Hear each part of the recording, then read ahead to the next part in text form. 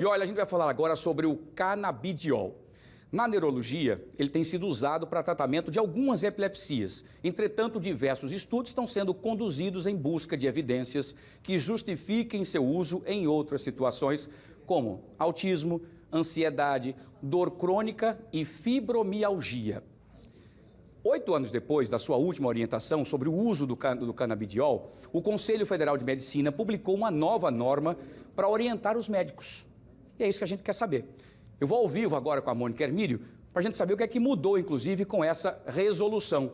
Mônica, a gente sabe que o princípio ativo realmente tem feito efeitos. Mas o que é que mudou, então, na resolução?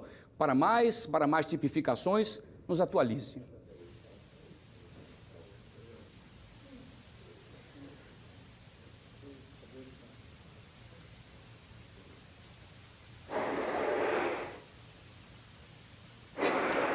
Mônica, nós estamos com só um minutinho, a gente vai voltar, a gente está ao vivo, acontece, são 13 horas e 48 minutinhos, Mônica, vamos tentar ver se a gente consegue o seu áudio, daqui a pouquinho ela volta falando sobre isso, nós estamos ao vivo, acontece normal, 13 horas e 48 minutinhos, para a gente trazer informações importantes e daqui a pouco a Mônica volta falando sobre esse assunto tão importante que tem feito tantos resultados, né, e efeitos para alguns casos, por exemplo, de ansiedade e muito mais. Chegou o áudio já lá? Vamos trazer a Mônica, então, para a gente trazer essa informação. Agora sim, Mônica, em áudio e vídeo aqui para o nosso fenômeno. É você, Mônica.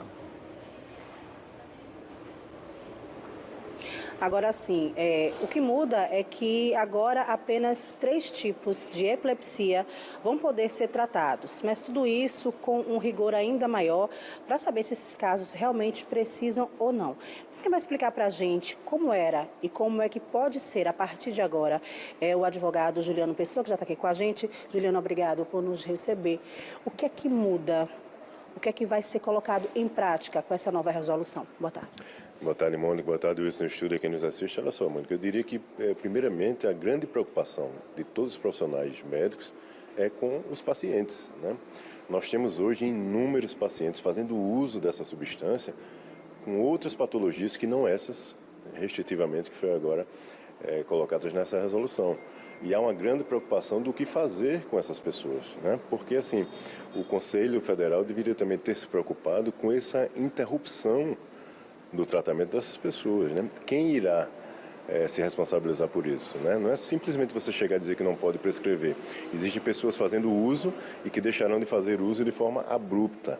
E é preciso olhar de forma muito criteriosa em relação a isso, né? O médico não pode simplesmente desassistir o paciente e efeitos colaterais outros, segundo vários e vários especialistas, podem surgir pela interrupção abrupta desse tratamento. Então essa é uma das grandes preocupações desses profissionais, bem como várias e várias associações no entorno dos pacientes, né? Nós temos pacientes com fibromialgia que se beneficiam dessa substância hoje, pacientes com autismo, pacientes com neoplasia maligna, com câncer, que se beneficiam também do uso, com dores crônicas. Então, ou seja, são uma gama de pacientes que se beneficiam e que agora, infelizmente, têm o acesso restrito, né? Porque o médico, caso assim proceda, poderá responder algum tipo de processo ético junto ao conselho que regulamenta a sua categoria.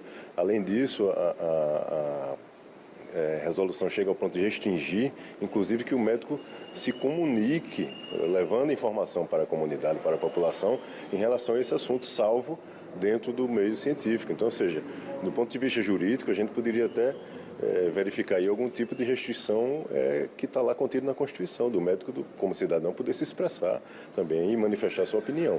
Então é algo que preocupa, eu diria que do ponto de vista dos especialistas, eu particularmente, inclusive, enxergo como um certo retrocesso, né? A última resolução era de 2014.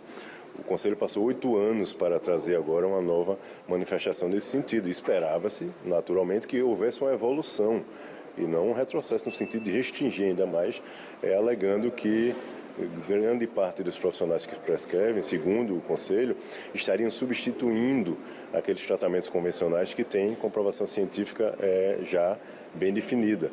Eu acho que existiriam outras formas, de repente, de se combater isso, né? E não você restringir de forma abrupta, como eu falei, e o paciente lá na ponta está aí à deriva agora, esperando o que é que o médico vai poder fazer por ele, e espero que o Conselho reveja isso e traga alguma opinião mais concreta.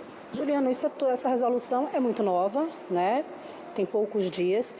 A pessoa que está fazendo uso do canabidiol, de substâncias, né, derivadas do canabidiol, e que não podem de jeito nenhum, o que elas devem fazer? Elas devem acionar a justiça preventivamente?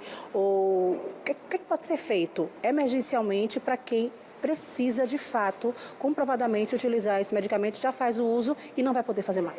Olha, essa pergunta é bem interessante. Inclusive, esse final de semana, os fóruns, vamos dizer assim, né, que debatem a área do direito médico da saúde, foram bastante volumosas as discussões em relação a isso. Então, várias e várias instituições que representam esses pacientes, que já estão se movimentando com seu corpo jurídico no sentido de procurar o Poder Judiciário, que infelizmente mais uma demanda será levada para a Judiciária para poder se tratar esse assunto. Porque justamente com essa preocupação, né? Os pacientes estão aí há um longo período, alguns, fazendo uso dessa substância e com bons resultados. Esse é o detalhe. Se deixou de ter crises que se tinha anteriormente. E aí você suspende abruptamente esse tratamento, as consequências naturalmente poderão vir. Então, esse é o caminho que várias instituições que representam os pacientes deverão tomar. Buscar o Poder Judiciário pedindo medida liminar no sentido de, pelo menos, resguardar o direito dele permanecer em uso. Os novos, aí sim, se seguiria o que está na resolução.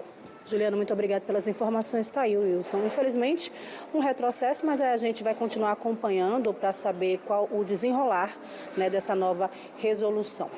Wilson. Muito bem, Mônica. Sinceramente, é como o doutor Juliano disse, um retrocesso total no momento que nós estamos de evolução. Se a canabidiol é por conta, só para as pessoas entenderem, talvez as pessoas que estão nos acompanhando não entendam, a canabidiol é um princípio ativo da planta maconha.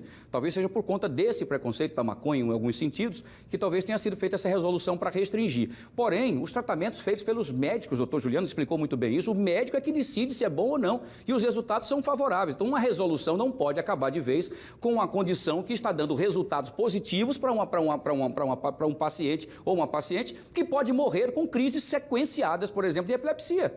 Então, é preciso que se faça uma análise com calma. E como é tudo novo, como você disse, Mônica, eu espero que vai ser uma enxurrada. Inclusive, mais uma vez, vão se judicializar a saúde, né? Mais uma vez, colocando juridicamente para se decidir. Uma pena isso, uma pena. Obrigado, Mônica. Obrigado, doutor Juliano, pelas suas informações. E tá aí, cada vez mais a gente vai tendo passos para trás, né? O mundo evolui, a gente volta para trás, causando problemas para os papais e mamães ou pessoas que utilizam do canabidiol, que é o princípio ativo. Não é a fumar maconha, não, gente. Todo mundo sabe disso. É o princípio ativo que traz um pouco de conforto e tranquilidade em alguns casos que nós citamos aqui. Difícil, né? Mas vamos continuar acompanhando de perto para que as coisas mudem. É o que a gente espera.